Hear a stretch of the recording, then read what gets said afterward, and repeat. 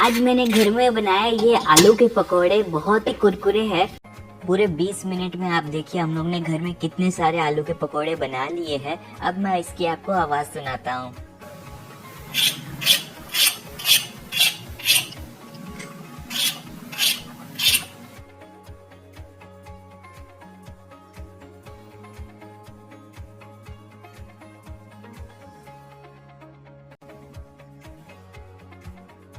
मैंने यहाँ पर मीडियम साइज के 4 आलू लिए हैं। सबसे पहले हम लोग इनको तैयार करेंगे।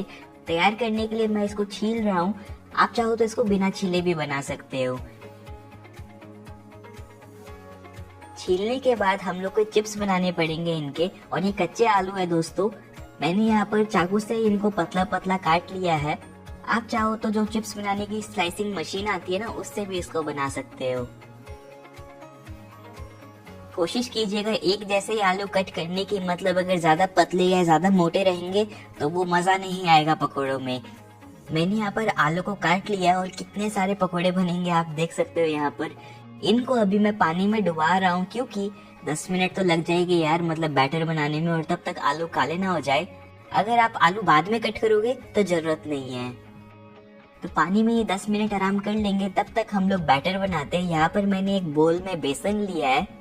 अगर आप इसमें बम्बईया बेसन लोगे तो वो और बेटर रहेगा। यहाँ पर मैंने 1 कटोरी बेसन, 1 चम्मच लाल मिर्च का पाउडर, साथ ही में आधा चम्मच हल्दी लिया है। हल्दी वैसे डालना सही नहीं रहता है अगर आप इसको बहुत देर बाद बनाओगे तो। हल्दी और जो खाने का सोडा होता है ना, उसकी वजह से रिएक्शन होता है और फिर जो पकोड़े है वो कड़वे बन सकते हैं। साथ ही में लाल लाल दाने दिखेंगे उसमें दोस्तों। तो मैं आपको बोलूंगा कि हल्दी मत ही डालिएगा, वो बेटर रहेगा। मैंने हल्का सा इसमें डाला है। साथ ही में नमक है। खाने का सोडा मैंने लिया है 1/4 चम्मच, मतलब 1 कटोरी बेसन में 1/4 चम्मच मैंने खाने का सोडा लिया है। अब हम लोग पानी यूज कर इसका एक पतला बैटर बना लेंगे। बैटर अगर ज्यादा गाढ़ा होगा तो कोटिंग सही से नहीं बनेगी, तो पतला सा बैटर बनाइएगा।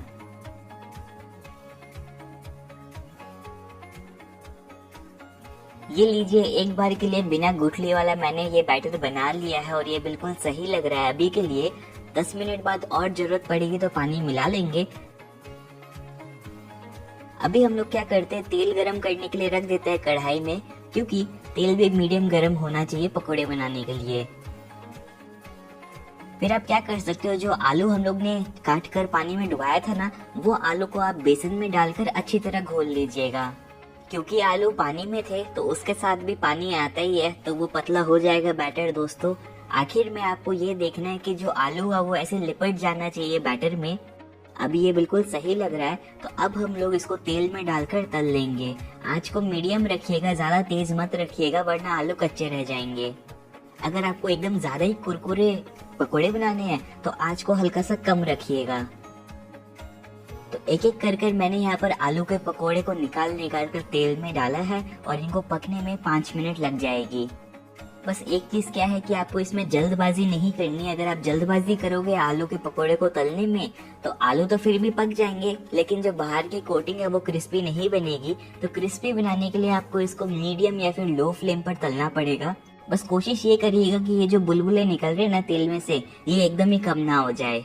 मेरा कहने का ये मतलब है कि अगर वो बुलबुले एकदम ज्यादा ही कम है तो पकोड़े तेल पीना स्टार्ट कर लेंगे और वो सिकेंगे नहीं। धीरे धीरे करके पूरे 5 मिनट लग गए दोस्तों। यहाँ पर मैंने पकोड़े को सेक लिया है और ये बिल्कुल है ना गोल्डन होने लग गया है, सुनहरे होने लग गया है। अब हम लोग इनको निकाल कर सर्व कर लेंगे। क्या कमाल के पकोड़े बने हैं दोस्तों, आप देखिए बिल्कुल पानी पूरी जैसे लग रहे हैं कोई कोई एंगल से। ये बिल्कुल रेडी है। गर्मा गर्म पकोड़े के ऊपर हम लोग चाट मसाला छिड़क देंगे और 2 मिनट के लिए इसको कोने में रखता हूँ। कढ़ाई क्योंकि गर्म है, हम लोग इसमें फटाफट से दूसरी बैच भी डाल देते हैं। मतलब बाकी के आलू को भी मैंने बेसन में लिपटा कर इसमें डाल दिया है एक एक कर। वैसे तो मैंने इतने सारे आलू कट किए थे, 3 से 4 बार में बनेंगे ये सारे पकौड़े, लेकिन मैंने आपको अभी के लिए 2 बार बनाकर दिखा दिया है।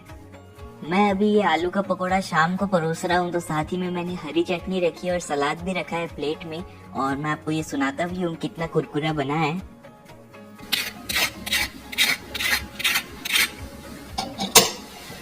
पहले तो ये मैंने जो दूसरा बैच तलने के लिए रखा था वो भी हो चुका है रेडी, तो वो निकाल लेते हैं। पूरे 20 मिनट में आप देखिए हम लोग ने घर में कितने सारे आलू के पकोड़े बना लिए हैं। अब मैं इसकी आपको आवाज सुनाता हूँ।